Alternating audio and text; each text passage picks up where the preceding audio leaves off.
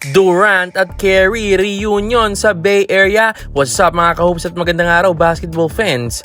Grabe ang off-season na to. Posible nga ba na magkaroon ng Durant at Curry reunion sa Golden State Warriors? Let's break it down mga idol. Ayon sa pinakabagong report mula kay NBA insider Brett Siegel, hindi pa rin pala tuluyang sinusukuan ng Golden State Warriors ang pangarap na ibalik si Kevin Durant para makasama ulit si Steph Curry. Alam niyo ba na muntik na pala itong mangyari bago mag-trade deadline nung nasa Phoenix Suns pa si KD. Nagkanegosasyon na ang Warriors at Suns. Kaya lang mismong si KD at ang manager niyang si Rich Kleiman ang nag-block ng deal. Bakit? Kasi naghahanap daw ng stability si KD at ayaw niyang lumipat sa kalagitnaan ng season. Pero ngayon na nasa Houston Rockets na siya, buhay na naman ang chismis. Nag-sign lang si Draymond Green ng 1-year, $27.7 million deal para manatili sa Dubs at eligible naman si Steph Curry para sa extension late this August. Desperado ang front office na bigyan si Steph ng isa pang superstar para humabol sa ikalimang singsing habang nasa prime pa siya.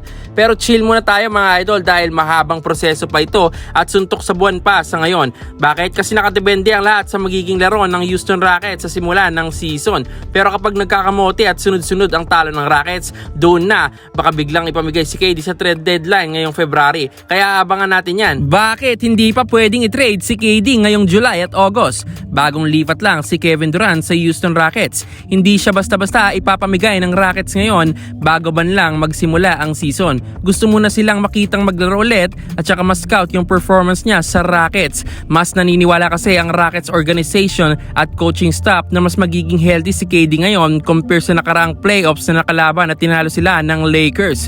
Kung pagsapit ng February 2027 trade deadline ay bagsak ang standing ng Rockets, doon lang magpapasya ang management nila na magbenta at i-trade na si KD papuntang Warriors.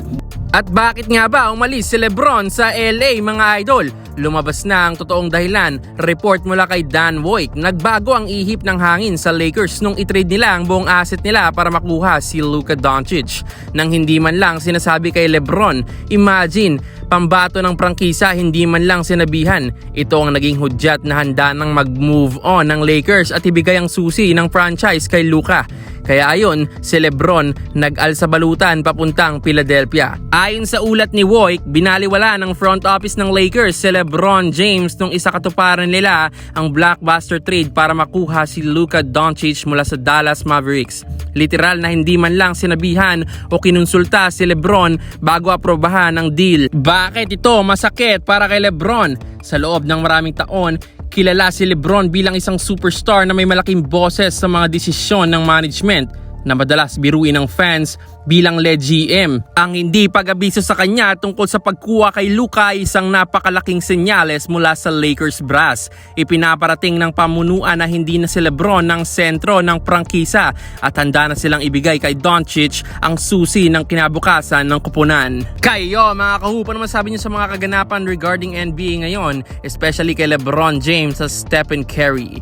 I-comment lang sa baba ang inyong opinion. Huwag kalimutan mag-like, follow, and subscribe. Maraming salamat sa panonood.